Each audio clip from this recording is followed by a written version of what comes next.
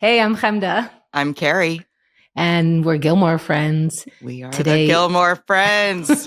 I love saying we're Gilmore friends. We're Gilmore friends. We're starting episode 12.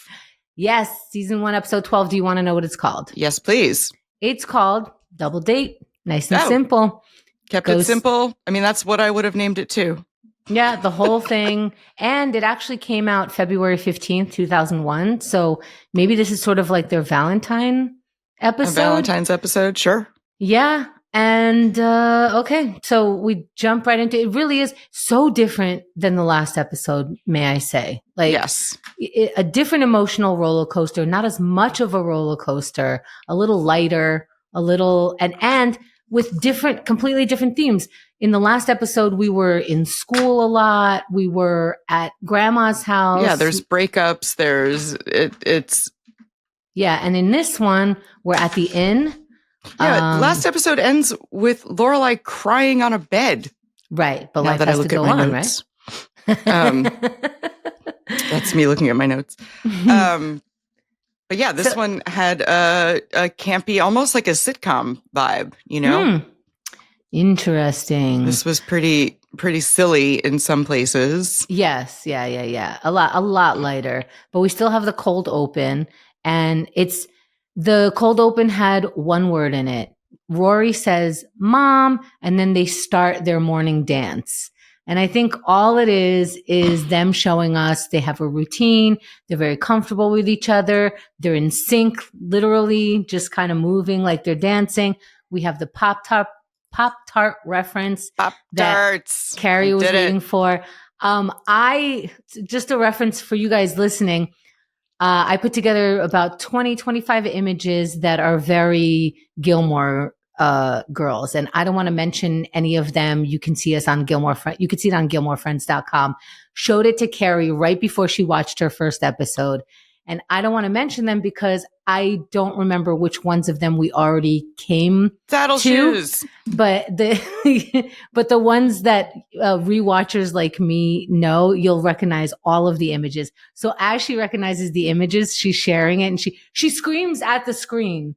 So what did you scream at the screen in this one? Pop-Tarts! And then I make sure to point at the camera, not at you, which you're here and the camera is here. But I go, Pop-Tarts! And I got really excited. The biggest part of the dance was Pop-Tarts and coffee, and that's their whole thing. And that's her breakfast, is coffee and Pop-Tarts. Yes, which I remember when we were going through the different symbols when you got to Pop-Tarts and you were making a prediction about how they're going to use it. You were very judgmental about how that's a very bad breakfast, and I wanted to die laughing because that is exactly their breakfast, their snack, their dinner. Well, it's the only way anyone ever eats Pop-Tarts. It's like, we're at the door on our way to school, Mom. And like you grab a Pop-Tart. I mean, that's how they marketed them. This is a breakfast food. It is a bar of sugar. Yeah, it's pretty It's bad. Hilariously not good for you. I mean, they're delicious. But to me, Pop-Tarts are like a campsite food, you know? Because you don't need to prep them. I never really had one as a kid. I don't think I had. Yeah, I didn't have one until not a Pop-Tart family at all. No, just recently I tried it. I don't know. It's the same garbage everything else I would have wanted to eat as a kid. Exactly. It's sweet, but it's more of a dessert. I just think it's bonkers that it is treated as a breakfast food when it's so clearly a dessert. I mean, don't get me started because I think French toast is a dessert. Yeah, so you're not wrong. And things like pancake have the word in it. So yes. We tricked ourselves into like, let's at least shove something in our face. Yeah. So I mean, a muffin is basically a cupcake. Right. I don't know. Did anyone ever notice this? That a muffin and a cupcake are like it's the same. Kind of this. Okay, I digress. Okay, so that's their morning routine. Then I believe that's it. Next, we get to their at home, probably after school or something. Rory and Lane are reviewing CDs. Does everybody listening to this show know what a CD is? Does everybody listening to this show, have you had a CD in your life? Because I remember CDs were like magic, first of all. Then CD on the go players, like Walkman CDs. What are they called? CD-mans? Discman. Not a CD-mans. A CD-man. I remember having a Discman and I was like, Dude, I don't even know how to pick the CD I have to put in this all day, but I'm so excited. But then I remember getting the non-skip one. I was just going to say, that was my next question. I was like, but did you have the non-skip Discman? Yeah. Because that was a level up, because they would skip originally. Oh, so much. You would like, I don't know, if you had it walking, you would like walk over a bump and it would stop for like 3 seconds. You would basically have to walk like a robot. And we were walking in New York, uneven city streets. So they finally invented streets with our non-skip. Oh my God, I know. Or like you couldn't ride a bike with it. You couldn't put it, like it was, you had to sit still and listen. It was stupid. Finally, they came out with non-skip Discmen, and what a treat. Peaked. It was, it was lovely. It wasn't 100%, but it was enough that we were like, yeah, we're good. Yeah, if we're it not got rid of complaining. 90% of the skips, it was fine. We were like. So that's CDs, little records. Very nice. I'm surprised how quickly, times have changed with that. And now you could just tell your robot on your bike. I don't even have to stop on my bike and just go, hey, change this song. Just talk into my headphones. Okay, so let's stop talking like we're 5,000 years old. Okay, so Lane controversially talks about Yoko and the Beatles. Yes. I'm sure you caught that. Oh, she says they would have broken up anyway. Yes. I assume that's true. Yes. I say never blame the outside person, because it's the relationship between whoever, the band, the couple, that is actually broken if somebody can come in and swoop in and break you. Right. Something's already broke. But that's my controversial take. Sounds like you agree. I mean, you're right. And she's been scapegoated as breaking up the Beatles because people hate women. And you're going to go extra. Okay. I think it was part of patriarchy, and she was weird. I mean, she's kind of a weirdo. But John Lennon had one foot out the door when they even met. So like they were going to break up. Didn't his music change? And as we grow up, our musical interest changed. He learned about a lot of different music. Yeah. I don't know the pure history, and I'm afraid to get into fighting. it. Like they were already on their way out the door. She might have sped it up, but she did not break up the Beatles. What a ridiculous thing to say. How could that happen first? If like John Lennon didn't want to also like, he let her break them up. They'd been banned for like 40 years.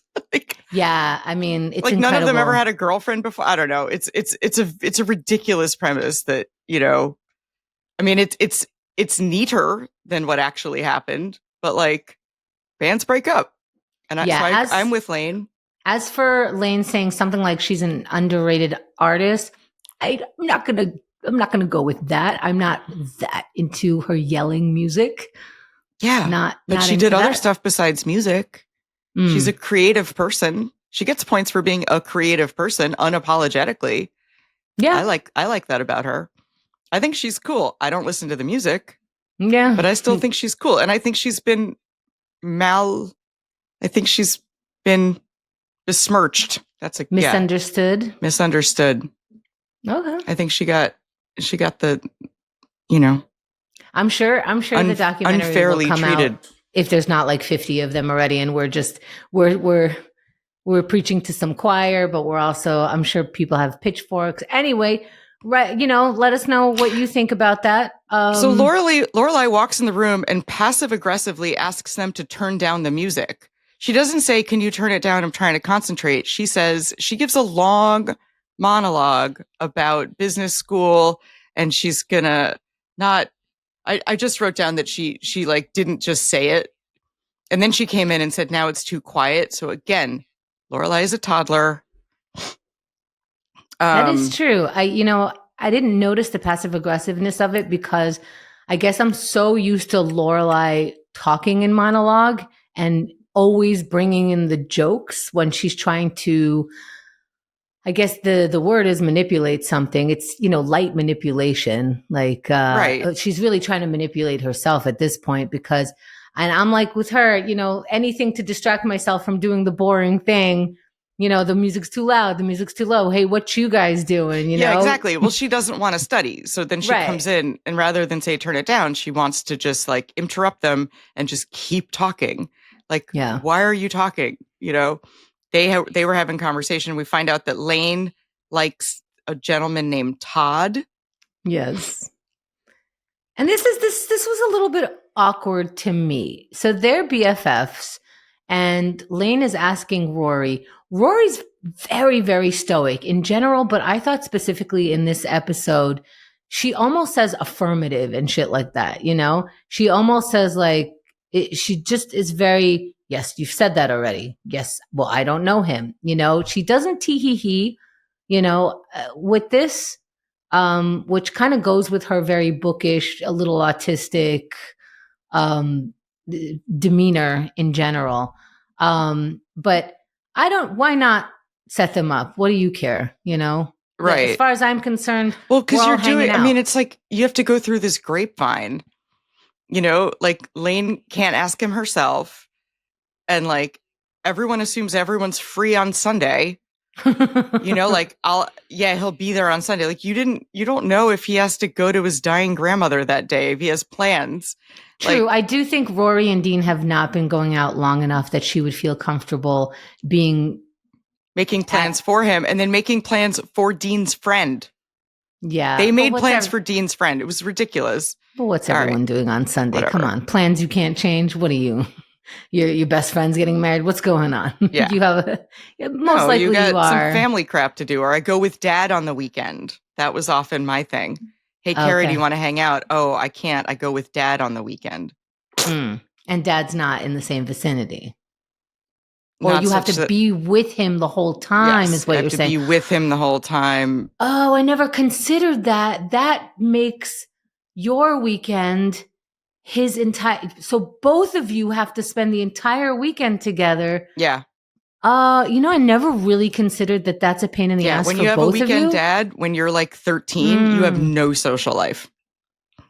And neither does he when he has you. You guys can't just be cool. Like, I do this, I'll see you in a while. No, you have to spend that much time together. Yo. Right. Ooh, that's tough. That's tough. That's tough. Yep. All right. And you can't be like, Dad, I don't want to see you. I'd rather go to this slumber party, because then you're breaking the heart of a grown man by saying, I would rather spend time with my friends than go, you know, hang out with you. Oh, out. Okay, that's a lot. Well, I mean, you're a 13-year-old girl. You'd rather have a slumber party. No, I'm saying that's a lot on you. Go to the slumber party. I'm only here to watch you to make sure you don't die. Like, that's right. Yeah. So we cut to the inn, and the inn is overbooked, and yet Michelle is still snooty and snotty all over the place. Yeah. No problem. And like, so the overbooking was his fault. Lorelai fixes it, and then he's still snotty. I know. So, like, and he's making fun of how maybe she's always meant to be a follower, and maybe she can't own her own inn. He's being shitty at her for trying to like better her life and get another degree, or take classes. There's something in me that tells me that is how Lorelai finds her motivation, and she likes roasty friends. Obviously, all the people she hangs out with are very snark-faced. Yeah, so I think, you know, that maybe that's just the love language all around in the air. That's who she would hire. That's who she would be friends with. That's who she would date. Yeah. There it is. I mean, I told my therapist I wouldn't hire a therapist who didn't understand sarcasm, because it just wouldn't work. Yeah. I feel like we'd be a bad match. Yeah, that's a good point. I want to fast forward a little bit, because Sookie asks Lorelai for a blind date because she and Jackson have finally set a date. And once again, she's making plans for Lorelai. She didn't ask, do you have plans? You see your grandmother going with weekend dad. No, this is the same situation. So we have these two double dates happening simultaneously. Yes. And in all fairness, Sookie knew she messed up. She also is very obviously very nervous about going out on this first date with Jackson, dating at all. She's messed up on the phone before even making this date. But I like the line. Sookie goes to Lorelai, "You will not regret this." And Lorelai goes, pick another phrase. You will not have to pay for this. Yes, that was very That good. was really good. You will not regret this. Pick another phrase. You will not have to pay for this. Yes, that is correct. Would you go on a blind date for me if you were single? Of course. Yeah, of course. You don't even have to finish your I would do it sentence. for Who cares? the material. I would do it. Like, yeah. You don't know. Okay, so can we meet Rune, please? This is where I've been looking forward to. I want to talk to you about Rune real bad. I wished for Lorelai that she was a stand-up comedian when Rune showed up, because nothing is better for stand-up than a horrific date. Like next level, like you wouldn't even believe this. Like if you were like, Carrie, I have a crush on this guy. He has a friend. Can you come with me? I'd be like, yes. Because the worst that happens is still great. Do you know what? Like, yeah. The guy's an idiot. So this is what happens. Rune is magnificent. He's rude, even out of the gate. Like even the normal social graces of like, hi, my name is, he can't manage. No. And this is Jackson's cousin. Thank God they didn't make it his brother, because that meant that they were raised by the same people. Like he was not raised by whoever raised Jackson, who was a relatively normal yet snarky person. And you can drop your cousin. Exactly. Right. Yeah. So I didn't want in him life. to be right. Sorry, cousins. So the cousin comes in and he is a maniac. He's like a psycho killer and rude and like weird. He's unbelievably weird. Lorelai is doing what I'm doing, or what I would be doing, which is like, I can't wait. Like, this is just such a train wreck. Like, sign me up. And she knew it. She knew it. She said, she knew it. And she's doing her friend a favor. But like, had it been me, I'd been like, oh, this is going to be so good. Like, I can't wait to go out with this lunatic and just see what happens. And he's tearing her apart. She's too tall. Her ears are big. Her nose is giant. It needs so much time to be powdered. Her feet are too big. I mean, if we're already getting into this date, the awkwardness. Sookie brings up what? The poop of muscles. What is it? The poop of mussels. Which is true, by the way. Anyone who eats shellfish, you're eating duty. Yeah, you usually are, right? Yeah, they got nowhere to go. The duty stays in there. You eat the dew. Yeah, so Rune asks the size of her shoe. There's muscle poop talk. There's the carrot crops that no one knows what to do. And I think it's one of the reasons is, you know, in movies, and I guess life was reflecting that at the time, this is 25 years ago, people were like, oh, we're going on a first date. We're going to Shea La La La. And I'm doing an updo, even though I always put my hair down. And it's like we're going to prom. And it's too fancy. Yes. And what you liked about each other goes away, which is maybe the chill aspect of you. Maybe your hair down. Maybe not that much makeup. I already like you. Right. And now we're doing this thing. That weird, you know, my dress is a full fancy dinner is too much pressure for a first date. I learned that probably in 2001. Socially, financially, just the whole nine. Financially, especially if you know the person already, right? But you don't know them outside of a certain context. So this would be the first time they've ever hung out outside of work. It sounds so you like could go to a park bench. You don't need to go to a restaurant. You could go to Luke's. You could go to a bookstore. I think what COVID taught us is we could go for a walk. Yeah. I started the walking date, not during COVID. I had a boyfriend, but a walking date is great to hang out with someone because you're not stuck in, and you're not looking at them face to face. And like you hold a cup of coffee. A walking coffee date became my favorite way to hang out during COVID. Plus, you could already have your coffee or your water or your tea or your special zhuzhed up drink that you only get on that corner of that street. You just show up with it and talk about, I mean, that's already, you have the first thing that you talked about. What did you bring to this? Also, missed opportunity. I hate this in movies where they go to a very, very, very fancy place and they're complete idiots about it. They have no social graces. They can't even lean into each other and whisper, oh my God, you guys, this place is so fancy. What are we going to do? Right. You know, like that could be a bonding moment. be like, you guys, we did not realize this place was this kind of place. And like, this is amazing. You know, like, why can't they bond over the fact that they're all uncomfortable? Because everyone's in their head. They're just two in their head. And as soon as Lorelai tries to take it down 1,000, Sookie brings it right up to some weird level. She starts talking about only, Sookie brings up only things that her and Lorelai would know about. Lorelai tries to change the subject. Sookie brings it right back. Everyone's bored. Finally, Lorelai says, let's go to the bathroom. And she's like, let me take your hair down. Let's go to Luke's. And she did everything that we just said. Yeah. Stop. Let's get real. Yeah. This is your or like just break the tension with something. Like I feel like you could witness a plate being dropped, and then everyone would laugh at that, or it would redirect the conversation. You'd have like some point of conversation. It's so awkward. Yeah, it's terrible. Yeah. And the adult thing is what Lorelai did is let's just drink. Let's lubricate. I mean, and she's not wrong. I mean, I hate to say like alcohol is the answer, but it like one drink really doesn't hurt, you know, a date where you're like.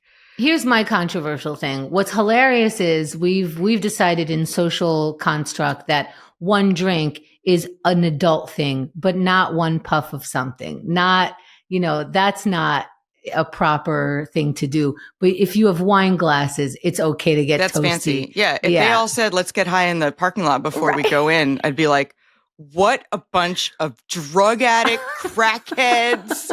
Why don't they go back to their flop house?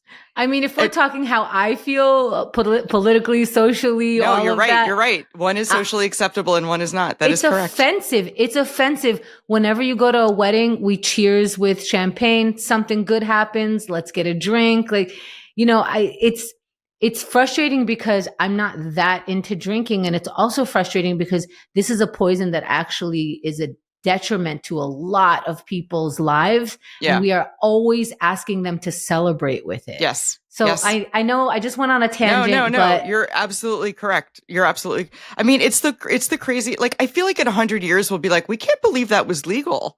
Like we're going to come back around to like prohibition, but it's going to be from a health perspective, not from a morality perspective. Where it's like, oh, you mean instead of taking a little hit, you guys did a shot? Or like, yeah, okay. you guys know that it was poison for your liver, right? And we're like, yeah, we knew. We kept doing it.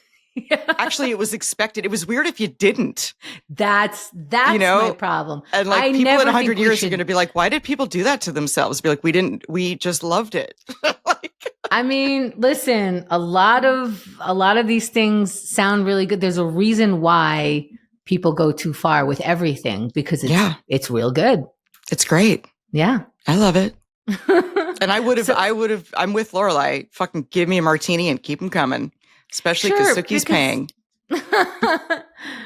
Sure. Yeah. It's socially acceptable and everyone's cool with it. Yeah. All right. So where are we now? Do you want to continue with the adult date? Because they end up at Luke's. Yes, which already feels much better. Sookie's hair is down. Lorelai gets to escape by sitting at the counter with Luke instead of with stupid Rune. And Rune gets bored. Rune should be in an institution somewhere. That dude was barely functioning. Like, what is his... Like, I want the Rune story. I wanted it so badly. I want to follow him. I want that to be the spin-off series. And Lorelai was trying to get that for you, but he couldn't even answer where is your name from. I want to see his apartment or his house. I mean, we get nothing. And this guy is a crazy person. Yeah. He's also legitimately insane. Yes, because it seems like he's not allowed to be left alone. You dropped into my town to sleep on my couch is what Jackson said. And now I have to babysit you. If you want to go bowling so bad, go bowling. Jackson's allowed a night out on his own. But I think once again, this is time 25, 50 years ago, to be honest, if your family's in town, if you are hosting, you're hosting every day. Yeah, you drop everything and do what they're doing. I mean, I think it depends on how long the person is there. If it's one night, yeah, you drop everything. But like, Sure. there was a point in this episode. I know I did not like that Rune could not be left alone, which was amazing because he's an adult man. But there was a point where I thought that meant they were all going to go bowling. Oh, and you know what? That does seem more fun than the stuffy restaurant, but you're already at Luke's and you are not driving this. Right. This is not up to you. You are the third wheel, my friend. Yeah. You are the reason they can't have a normal adult first date. This is forever their first date. Yes. It's going to be like, remember when your mentally ill cousin came with us on our first date before anyone thought to institutionalize him because he couldn't not comment about a woman's height and like be really rude and weird and like not in an adorable way, be like, whoa, you're a tall lady. I like him tall. Like it would, I don't know. I just thought that was so weird. But it was also amazing. From aside from Rune, Sookie was second guessing the date, and I thought those second guesses were fair. You know, maybe I backed him into a corner. Maybe he said yes to be polite. He is my produce guy. I love that she's like, I'm a sexual harasser. Yeah. But it kind of is you have to have those thoughts. Like, does this person actually want to be there? You know? Yeah. I think I'm absolutely not guilty of that. I'd be like, oh my God, I can't believe this guy doesn't really want to be here or whatever. And I've been on dates on both sides of that, where halfway through the date, I'm like, I don't want to be here. Of course. And I've also been on the date where halfway through, I'm like, this dude does not want to be here.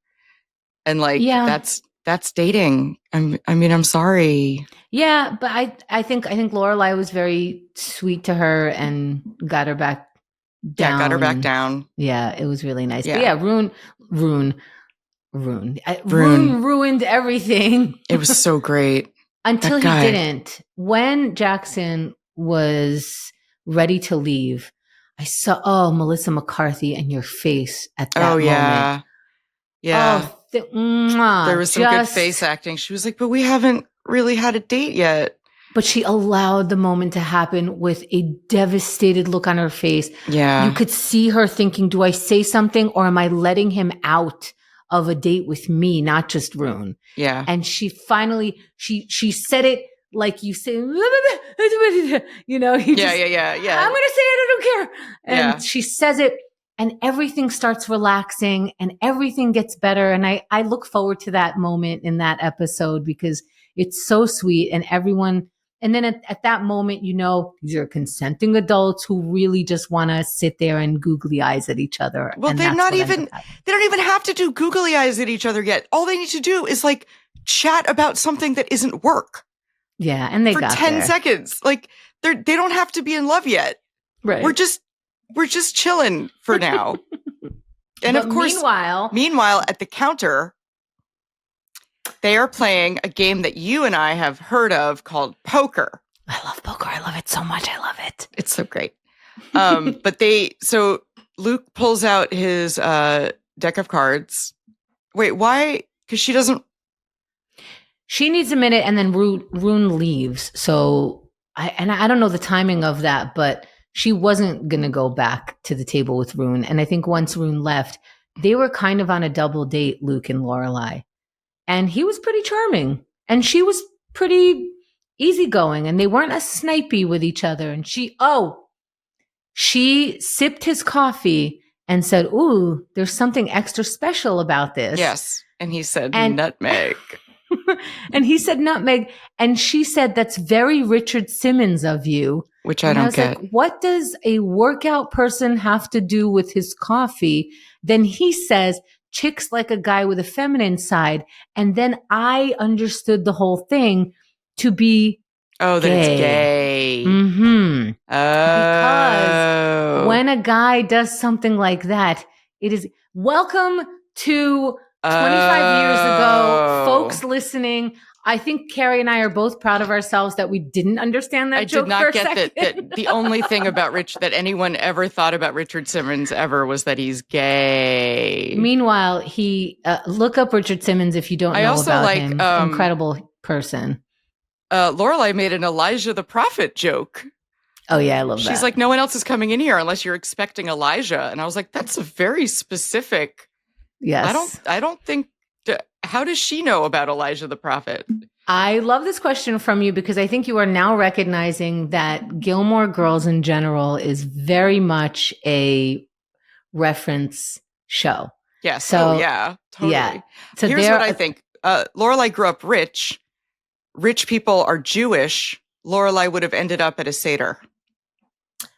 That is a very weird line to draw. I think that's more your projection onto this person. I'm just thinking, how would Lorelai have ever figured that out? And I think she was invited to a Seder in the neighborhood she grew up in. It's my theory. I doubt it. Well, how would, I mean... Well, how do you know? Because my dad's Jewish. Oh, okay. I went to many Seders growing up. Let's ask other shiksas, other goyim out there. Goyim, speak up. Do you know who Elijah the prophet is? That's our question of this episode to you all listening. I also realized when I made the note, I'm like, I have no idea how to spell Elijah. I don't think I've ever written the name Elijah before in my life. Spell it Eliyahu. I didn't write. Okay. So at the end of that scene, Luke he's mid-sentence. And he's like, so I was wondering if you would like to, and then Mrs. Kim comes in, and I think we should pause right there to bring the other date to this time. We're right? Converging timelines. Yes. I mean, this list that we made is out the window. I'm looking at my notes, starting from again, Rory and Lane's double date. They're on the line. Rory is distracted, looking over her shoulder to see how Lane is doing. Now, here's my question, and I know the answer, but my question is, why are they not standing next to each other online? I don't know why they were not standing next to each other in the line. I don't know why they weren't sitting next to each other in the theater.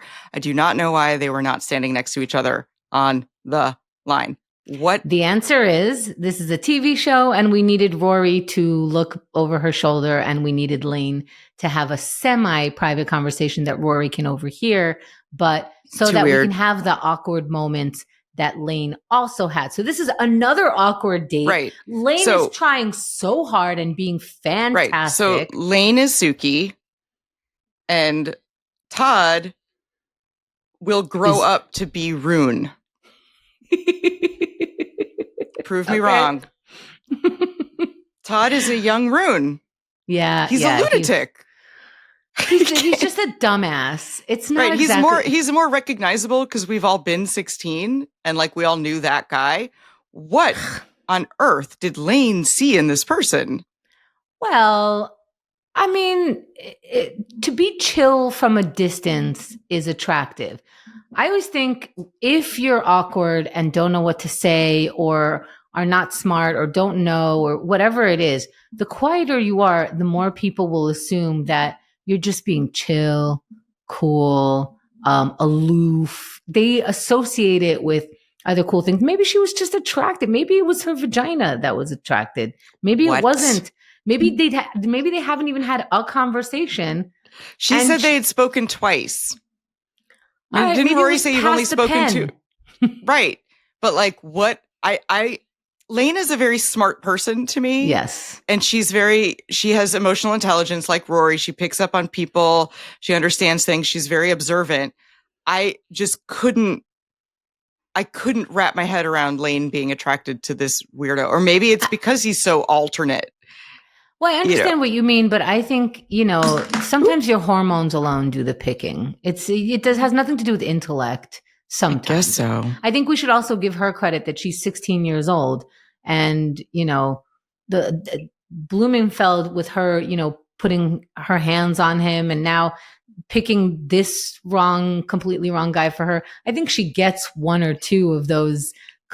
What were you even thinking? It's not like she did anything. She went to the movies and realized this guy's a dumbass. Nothing happened. Mrs. Gilmore, nothing happened.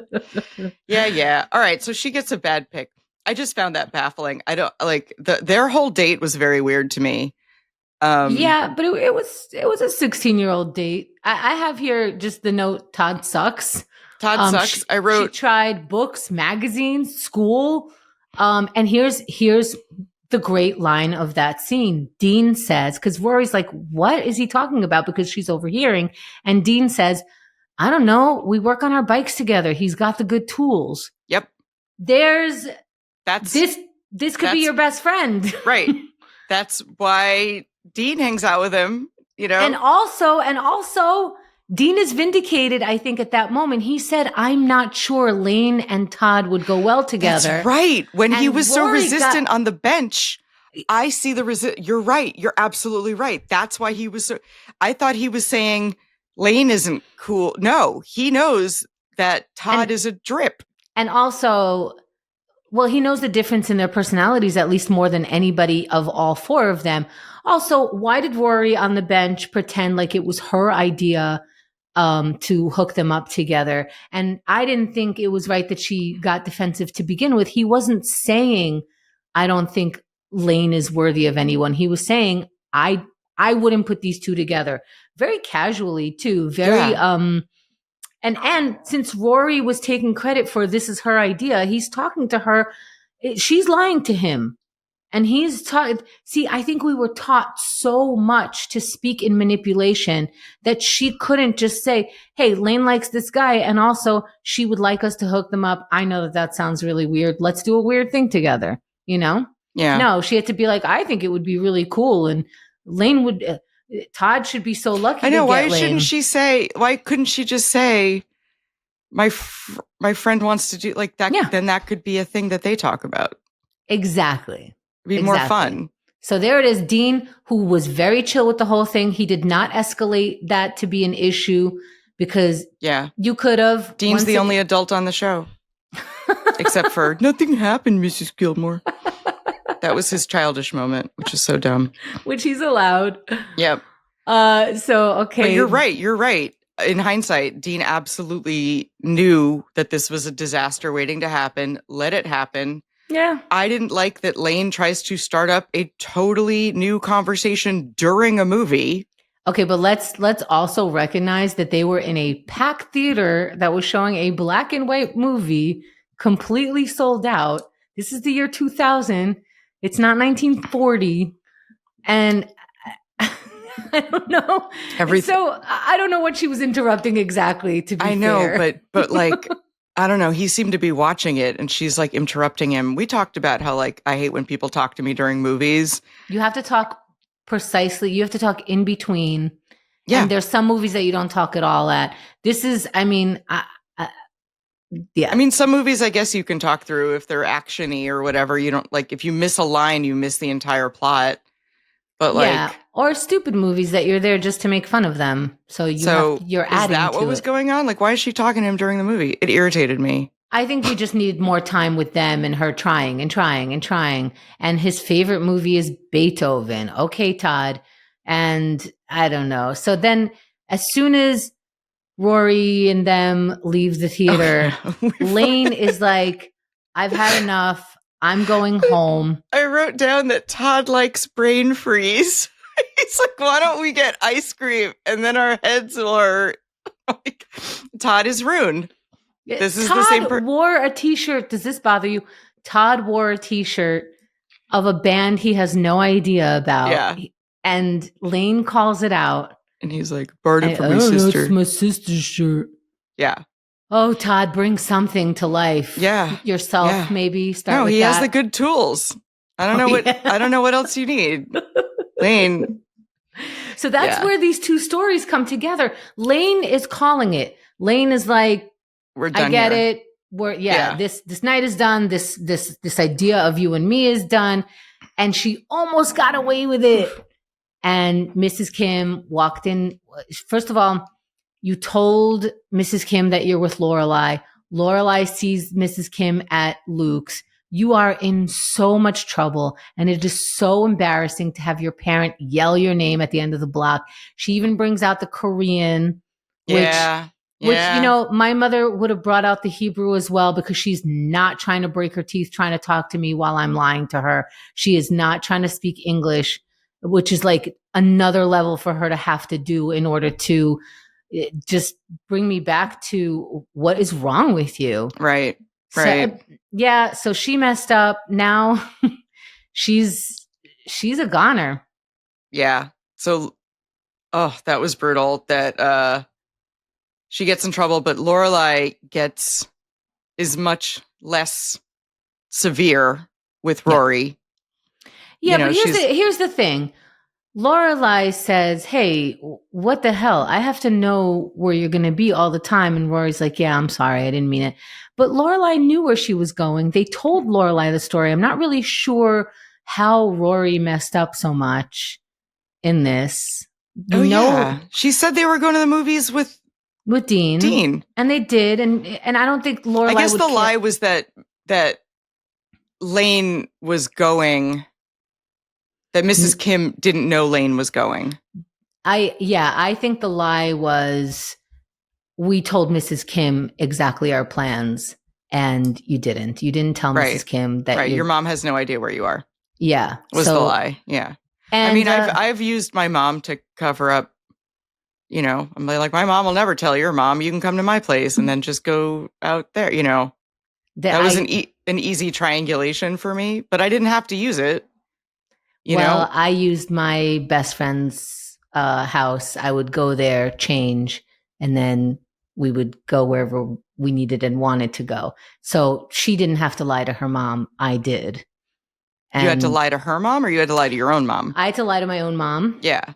My best friend didn't have to lie to her mom because she's not doing anything. Family. No, well, her mom was like really, really loose. Like, I don't mean to say that in that way. She was not loose in the sexual way. I'm saying loose on. She had permissive. Permissive. So she had no rules at all, which my parents were very, very frightened of.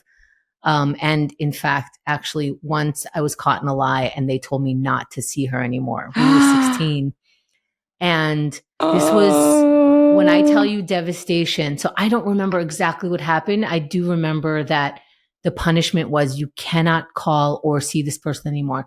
So I was out in Manhattan, the big city, and I would go to parts of Manhattan that I wouldn't tell my parents about. I would go to the West Village. The West Village. Come on. Yeah, and I would tell my parents I was on Fifth Avenue because my mom used the word Fifth Avenue. She knows what Fifth Avenue is. And then when I grew up, I was like, and I went to quote Fifth Avenue by Central Park. I just thought to myself, what did my mom think I was doing on Fifth Avenue? I was just going to say, like, what would a 16-year-old do on Fifth Avenue ever? Nothing at all. It's what does she pretentious think? shops. It's shops that cost too much money. There's nothing to do. I mean, I'll tell you what I was doing on Fifth Avenue as a 16-year-old. I was going to the Metropolitan Museum of Art. Boom. That's true. That is actually true. But I wouldn't have to lie to my mom about that. So you would tell her I'm going to Fifth Avenue and then really go to like the Village. Yeah. That's so weird. Because in the Village, you can walk up and down and, there's something to look at. It's a place to be. There's energy down there. It was everything. You kidding? St. Mark's Place in the 90s? Forget it. That's where I would walk. From Broadway to 3rd. We might have passed each other. How crazy is that? We might have passed each other on the street. 100% we did. Yeah. And you might have looked, because you're like 2 years older than me, you might have looked like a grown-up to me. You know what I mean? Yeah. If I passed like 18-year-old Chemda and I was 16-year-old Carrie, and I'd be like, look at those big kids. I don't know. Look at those we might platforms. Have passed. Yeah, I believe that. I wish there was a map of the people that I know now. Like, where were you on this date? We probably crossed each other. But yeah, so what happened was I was coming back. Oh, my friend and I, my best friend, my first real friend, we got separated somehow. I don't know how, but I was home and I think she was calling to check to see if I got home, or I don't remember. But I was already in a fight with my parents because something I probably came home too late. They caught me in some kind of something and we were already in an argument. So when she called, my dad took the phone, which, oh my goodness. And she didn't know what to do. So she ended up covering for me for no reason. And she told my dad a lie. Like she told my dad something like, no, she's right here with me. And I was like, we both just messed up so bad. There's no texting. There's no phone. Yeah. I didn't have a beeper at this. So we couldn't even. She meant well. And she meant well. And what did she your wasn't dad a liar either. So she's a bad liar on top of it. It was so bad. And my dad was like, see what a bad person she is? Because they would blame everybody else. They're ruining me. This is why I'm acting up, all of this stuff. So now they had extra ammo. See, I told you, you were a good girl until you met this person and that person. And they were like, you can never see her ever again. And my heart stopped. And my tears did not. And I didn't, and we didn't go to the same high school.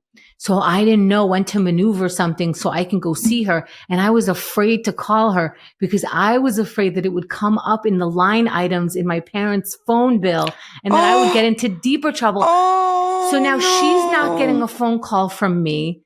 And finally, I think through, friend of a friend or something, we somehow got connected. We might have even third partied it. I call a person that my parents do agree that I can be friends with. Right. And you tell them. She calls it, and oh my goodness. How far did you live from each other? You couldn't swing by her place? It's not walkable. I would have to take a bus, at least one bus, a second bus if I didn't want to walk the 7 to 10 blocks or something. Yeah. Okay, so not easy. Yeah. No, and her school was in our schools were even further out from each other. It was a nightmare for a 16-year-old. And from then on, I faked like I stopped talking to her for years. Wow. I would have to lie now every single Oh my time. God. Yep. And that friend was Hillary Clinton. Broke my heart. Yeah. Where is she now? I don't know. We lost touch in the late 20s. She had to be the hidden friend. She had to be you had a secret friend. Yeah. And eventually when I was an adult, it became less of a secret. I went to her wedding. We were friends and my parents knew this. There were some things that I was lying to them about that I don't know what to tell you. I'm an adult now. So yeah, but you made me lie. I don't think they'll ever see it that way. I know. But as far as I was concerned, everything that I did that was anti them, I blamed them for making me lie. Granted, they weren't wrong about everything, but it felt wrong to me because everything felt like a no. Everything that I was interested in felt like a no. But what was I doing as a 16-year-old in Limelight, in Palladium, out until 4 a.m., going to an after club, going to, anywhere that would allow me in, which in New York City at that time was everywhere. Everywhere. You didn't need ID for they weren't anything. Checking. Yeah. So I was in places where, hey, listen, if I had a 16-year-old right now, I'd be nervous, but I'd be more nervous knowing that she can't talk to me. So I will never know. So what I used to do is I would tell my younger brother where I'm really going so that somebody knew where I was. Right. So that if you didn't show up, there would be a line back. And then if you did show up, he was off. That's a lot of pressure for him, though. We were cool like that with each other, but I guess, I should ask him if it was too. I think he enjoyed it. Later on, I took him to the clubs and and I let him drive when he was 15. What a nightmare, for my parents. What a nightmare. They didn't know all of it. And I don't think they should listen to this because I don't think you want to know even retrospectively where your kids were, because if they made it through, let's just talk from here on. Right. We all became adults. And you didn't do anything weird as a teenager ever in your life. I feel like parents forget what it was like to be a teenager. Oh, well, I believe that my mom didn't. So no, I believe that my mom was good her whole life. She always did what she's supposed to. I believe it. My father, no, but he was very open about that and he's a man, so he's allowed to. Ugh, it's the worst. It's the worst. I mean, it's the worst for a 16-year-old. Is it that I have way more of an understanding where they're coming from now and how much. Yeah, but what a missed opportunity to know your daughter better. Sure, I don't think they want to know that. Sincerely, I don't think so. Yeah. Yeah. As people, that's okay. It's okay. It's all right. Anyway, Mrs. Kim ruins everything. Lane is grounded. We have There's a brief convent and Siberia. we have a brief Romeo and Juliet scene where Rory goes to the window. And Lane, I love this. Lane compares her date with Todd to a Korean meditation weekend that had more laughs. Yeah. First of all, I now want to go to that Korean meditation weekend. Please sign me up. But second, wow. Okay. And Lane also pretended to be her mom when Todd called, so that he doesn't think. I can't believe Todd actually called. Todd thought she was great. Todd thought she was in Todd's mind, everything's cool all the time. I mean, that's what's nice about being Todd. Right. Right. He feels no pressure or any kind of way. He'll always be going to be amazing. Well, no, he's going to grow up and be Rune and meet a woman and then go, could I talk to you a second, without introducing himself, and then saying within earshot, why is she so tall? Except I don't think Todd had, I get that they're both kind of checked out and ridiculous, but Todd seemed like a nicer person. For now. Yeah. Wait till he meets a tall woman. Yeah. Oh, but then he calls Lorelai a babe. Oh, yeah. Your mom's a babe. Which is inappropriate also. So, yeah, I guess they just get to say whatever inappropriate thing is on their mind. They just say whatever's on their mind. They don't care. Yeah. Okay, so then Lorelai comes into the antique shop, Mrs. Kim's antique shop, to talk. And as a first generation, I mean, I wasn't even born here, but I'm counting myself as a first generation because I've been here since I was 4. It's nice to have the white person come to your mom to talk, like the safe white person, the outsider, let's call them. They don't have to be. Although so Lorelai going to Mrs. Kim is, as Lane, I would be very grateful. Really? And yes. And Lorelai did everything right in that. Mrs. Kim is not going to listen to you. You're the bad mom. Right. You are the outside influence. That's what I thought. It would just make it worse. Like, but you don't because Lorelai knows and respects Mrs. Kim, it didn't. If Lorelai came in and said, "You're too hard on this girl. You nobody acts this way. We're in America now." That's who my mom would reject. That's who Mrs. Kim would reject. I see what you're saying. So the fact that she came to her with like, "Look, you're doing a great job." She said, "You're doing a great job. There's 16 teenagers mess up." That was as far as she took it. And they're like, "No, they don't. Lane knew our rules. And I don't care what your kids do." I feel like if I were Mrs. Kim and Lorelai walked in and said, "You're doing a great job," I would be like, "That's so, who asked you to rate my parenting skills? Are you crazy? Who the fuck asked you to tell me that I'm doing a great job as a mom? I know I'm doing a great job from Mrs. Kim's perspective." Yeah. But there's two things. One is Lorelai understands the difference between her parenting and this woman's parenting, and that difference is not going to change. And Lorelai understands how to talk to another mom, because at the end of the day, we're both mothers. And I think Lorelai saying to Mrs. Kim, "I don't want my own kid to be like me, so don't worry. That's not what I instill. I know that you're scared of how I turned out." And she says, "I don't want Lane to be like you." And she's like, "Well, then we agree. We both don't."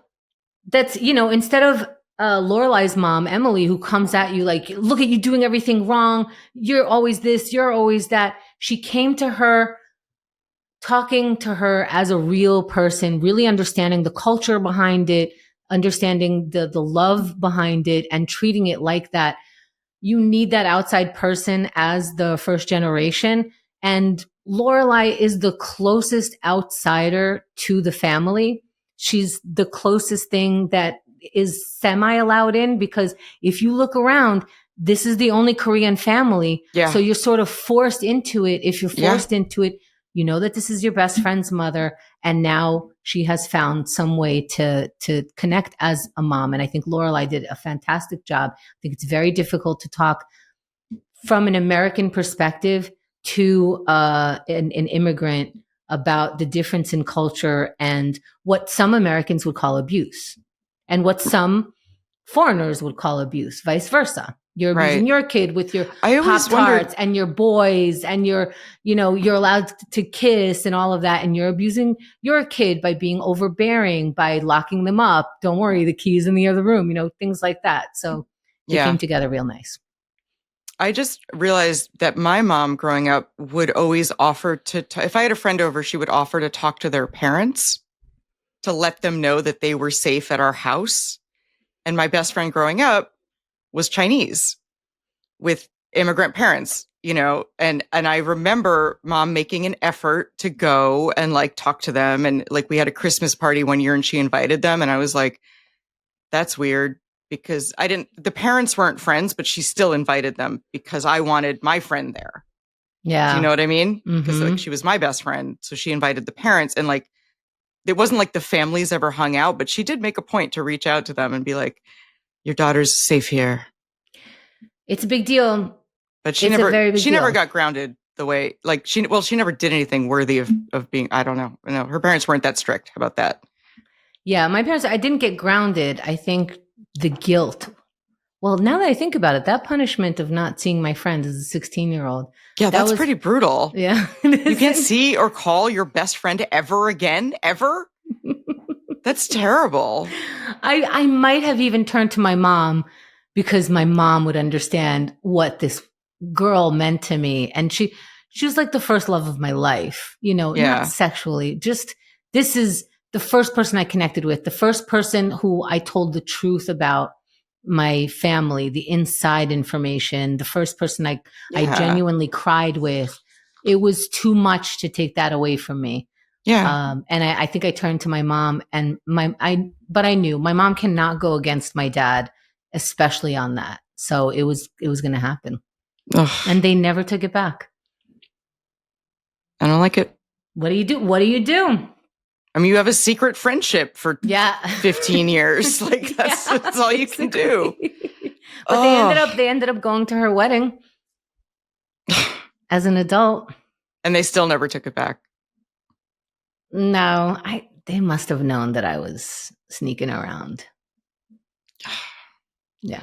I don't know. I'm afraid to ask them what they knew because I don't even think they want to talk about it. They probably don't remember it as a thing. They were like, oh, we just said that. We didn't think you'd actually stop hanging out with her. I don't know. Maybe not that moment, but they did not like my friendship with this person because her parents were way too permissive. Yeah. Way too. Like even for your average American family, it was, and they were a Jewish Israeli family too, but Israelis, they're more like New Yorkers. There's people from all over. They're not like the rest of the Middle East that have strict rules. They're a little more Euro. But my father was born and raised in Iran. My mother's family's from Iraq. They were not Israeli and they were not Israel toned. They were harsh and strict.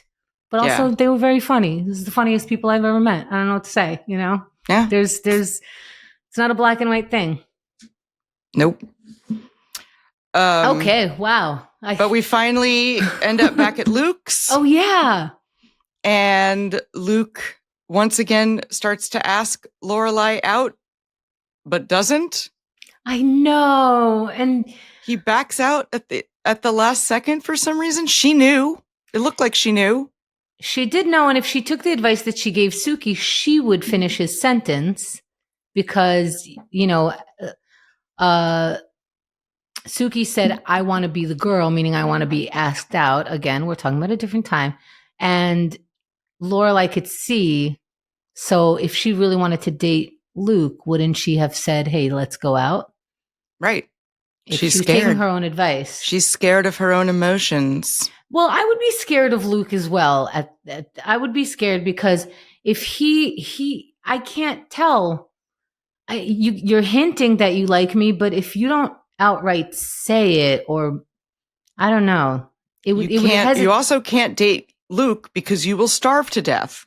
If you guys break up, you will die of starvation because you eat every bite of food in this man's presence. That's true. It's so weird. It's the only place in town. It's the one shop. That's It's it. their favorite. Oh, and also Lorelai on the date ordered a cheeseburger for everybody. I don't like people ordering for me like that. And also, the food never got taken to the kitchen. The order never got taken to the kitchen. No, I know. She ordered 3 yeah, exactly. She ordered for everybody as if they talked about it on the way over, right? Like, oh, this place has great cheeseburgers. I'll get you each one. He never took the order to the kitchen. We never see any other mention of food. Rune storms out. Nobody's eating here. Yeah. Nobody ever eats here, except when they're always eating here. It's so weird. And I do love Lane calling. I like that Rory respects Rory respects Luke so much. Yep. She leaves with the phone. And I love Lane yelling, I'm standing in the yard. I'm standing in the yard. I'm standing in the yard. I can walk to the sign. While we were watching, I was like, that's so like COVID, where you could like go yell at someone from across the street. And that was hanging out in those early days. Remember those? But yeah, I was happy for Lane that she was happy. Is that how it ends? Right? Or does it end with Lorelai and... It ends with Luke saying, you rushed out before I had a chance to ... kick your ass in poker. Kick your ass in poker, which she understands is a date. I don't know. I liked it. I liked the little flirty bit. I thought they had a lot of chemistry at the counter. Yeah. They were very at ease with each other. I think they've had a lot of chemistry. Yeah. Except for those first 2 episodes where I was like, okay, he's a psycho. And then they figured out it was too much. Yeah, you really warmed up to Luke. I'm telling you, bags of ice, man. You bring bags of ice to a party? Man, the next party that you're going to throw, people are only going to bring ice. You're just going to, it's going to be. Thank you. and if you do, I don't, and bring one of them little portable ice chests. Got it. That's and then everyone's having frozen drinks all night. It's going to be amazing. Ooh, love that. Yeah. Okay. Do you have some trivia for me? Let's get into trivia. Okay. Season 1, episode 12. It's called Double Date. Aired on February 15th, 2001. My first question is, what is a rune? A rune is a ancient symbol? No. I'm only saying like that because it's That's actually, how she said it. Yeah. It's an old Scandinavian word. So it's not Scandinavian, it's old Scandinavian word. It means secret. And it's a common name in Norway, Sweden, and Denmark, and popular in Belgium. How do you spell rune? Rune. I thought a rune is like Egyptian runes. Oh, the ruins. Not ruins. Oh, shoot. Now I feel really stupid. I'm Googling this. I'm breaking our no phones rule. Damn it. Are you turning on your phone? Like rune as in RuneScape, you know? What is the meaning of the word? Yeah, any character of several published alphabets from the Germanic peoples. How's that spelled? Rune. Oh. Look up the definition of the word rune. I thought I did. Characters of any several alphabets. No. So we were just told No. The via word satellite that rune ends in S. No. There is a singular rune. A rune. I'm gonna leave it to the audience. Yeah. Audience, tell me I'm right. I need the validation of the public. Rune is a word. Darn Maybe it. I looked it up. Maybe I looked it up as a name. But I mean, no, there's a game called RuneScape, which is about secrets. I don't know what it's about. Oh, well, it means secret. So right. I'm saying the words are connected somehow. But I knew them as a character, a symbol. Ancient runes, meaning not ruins. Runes. All right, the word has lost all meaning. Next question. Right. You know what? I failed on this trivia thing, I feel, but you all can tell me. I want the people to tell one of us that we're brilliant. My ignorance is on high. I'm voting for you. And I even looked it up, but I don't want to look it up now. Let us know. The second question. Because you adhere to the no phones rule, which I just broke. 'Cause I mean, I have the internet in front of me here. I can. What, are you gonna fire me? That'd be wild if you swap me out at this point. Just some other person next week. Only my parents can tear us apart. Okay, question number 2. In the restaurant where Sookie and Lorelai are on a double date, who is the actor playing the waiter? Oh, is it, I wrote down his name. Is it our favorite extra? No, but that's hilarious. Oh, I wrote it down. You thought it was Kirk? Sean Gunn. Sean Gunn. It was Sean Gunn? It should have been, but no, that's funny. No, who was it? Someone named Joe Freya. So his full name is Joseph Richard Brotherhood Freya. Oh. Yeah. And he's known for Shadows of Willow Cabin, Guardians of the Galaxy Volume 2, the Belko Experiment in 2016, and he does the voice for Slappy in the Goosebumps Slappy World series. Okay. Everything you just said, not in my wheelhouse. Never heard of it. Me neither. Okay. But I do the voice of Slappy, and Brotherhood's my middle name. That's what that guy says. I think that's great. I don't know any of those. I've heard of Galaxy of the Guardians of the Galaxy. I've heard of that. I don't think I've heard of the other titles at all. I've heard of Goosebumps. Yeah. But if you asked me to name one thing about Goosebumps, I could not do it. So I figure somebody knows, and that's what he's known for. And I just like that, these little characters. I love that. Was this his breakout role? I don't know.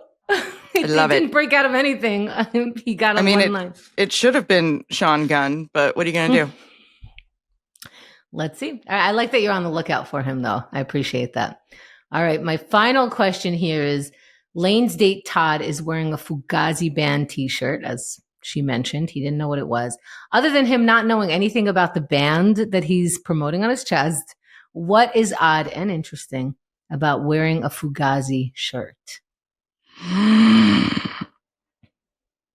Fugazi bands shirts at their concerts. No. Is that really it? I made that up.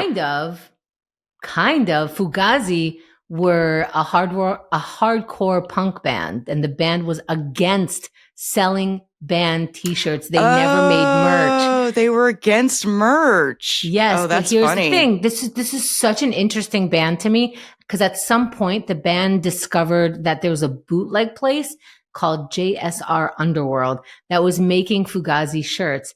And they got in touch with them. They struck a deal that they could only make shirts that say this is not a Fugazi t-shirt. Nice. And all of the profits went to charity, because they still didn't want any of it, because the band had this anti-capitalism ideal.